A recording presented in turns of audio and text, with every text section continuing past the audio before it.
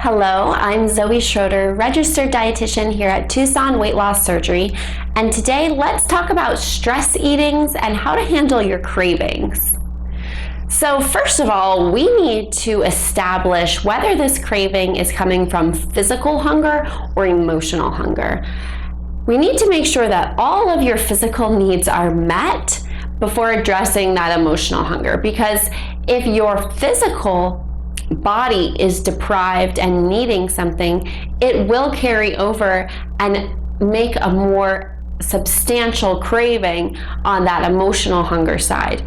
And it can be hard to differentiate between the two if your physical hunger and physical needs are not taken care of first. So this includes proper nutrition, hydration, sleep, and exercise. And once all those boxes are checked and you know that things are on point, that's when we can be a little bit more clear in establishing, okay, this is an emotional craving, hunger craving. We also need to identify the triggers. Is it stress related? Did you have a hard day at work?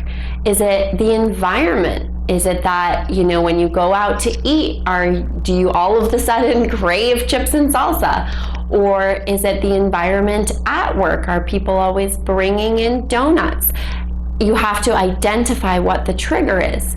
It might even be relationships. Maybe when you always go to eat with this one friend, he or she makes you feel bad for wanting to eat healthy, or pressures you into ordering things that maybe you wouldn't have craved or wanted otherwise.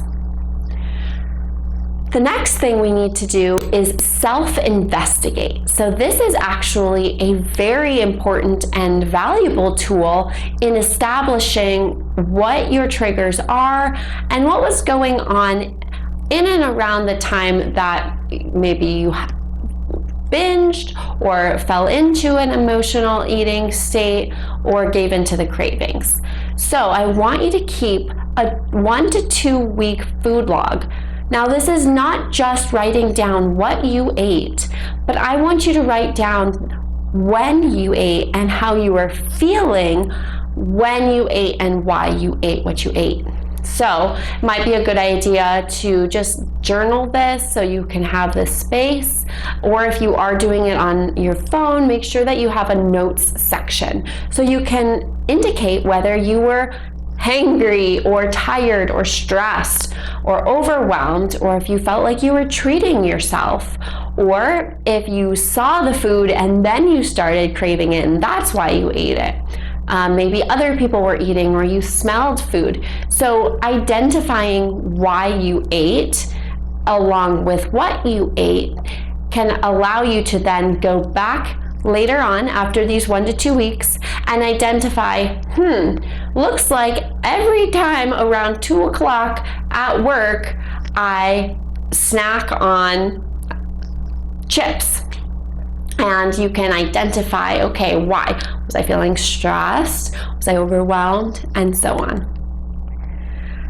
We also must identify your trigger foods. So not just triggers, but the trigger foods. So it might be, those kind of stereotypical comfort craving foods like chocolate or ice cream, but it also might be otherwise healthy foods that you are more likely to overdo it on, like peanut butter.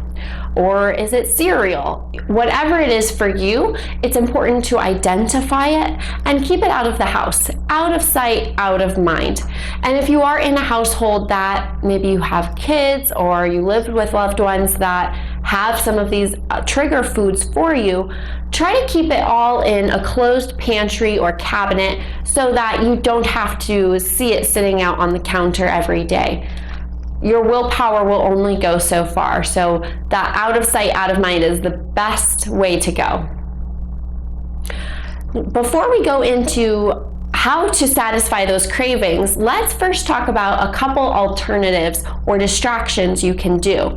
So whenever you're feeling tempted to give in to a craving, or if you're feeling stressed or bored eating, then let's first figure out how much time you would like to spend distracting yourself. Might be just need a 3-minute distraction, so you can brush your teeth. That's one of my favorites. Go for a quick walk outside, listen to your favorite song, or read an article or blog. So this really helps if it's just a fleeting, I want something craving, and you can go ahead and do this 3-minute distraction.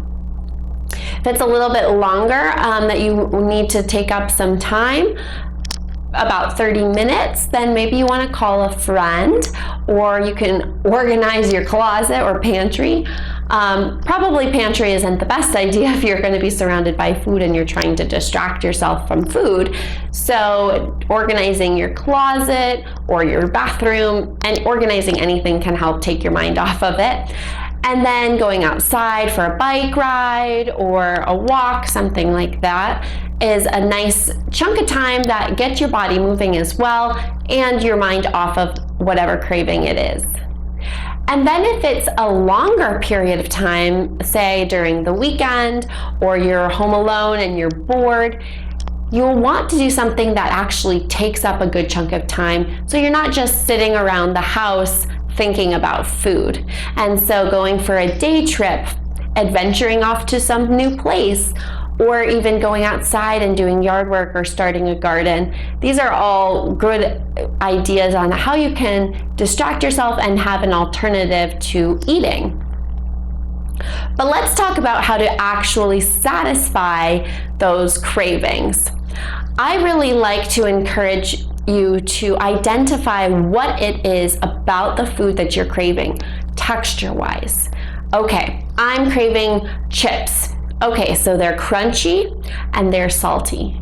So you can break it down into what it is about the food, texture, palate-wise, that you're craving. Same thing, okay, I'm craving ice cream. Well, it's cold and it's sweet and it's smooth. So you see how you can do that, identifying what it is about the food that you're craving and breaking it down into its texture and maybe temperature, and then finding alternatives that fit within that texture, temperature, etc. So definitely want to look for some new fun recipes.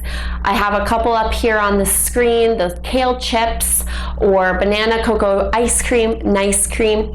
You can find a lot of really great recipes. I have pinned for all of you on my Pinterest. It is Zoë Schroeder Bariatric, and I'll have that link for you at the end of the video. But go ahead and go on there. You can YouTube many different recipes. Pinterest is always a really great source of ideas.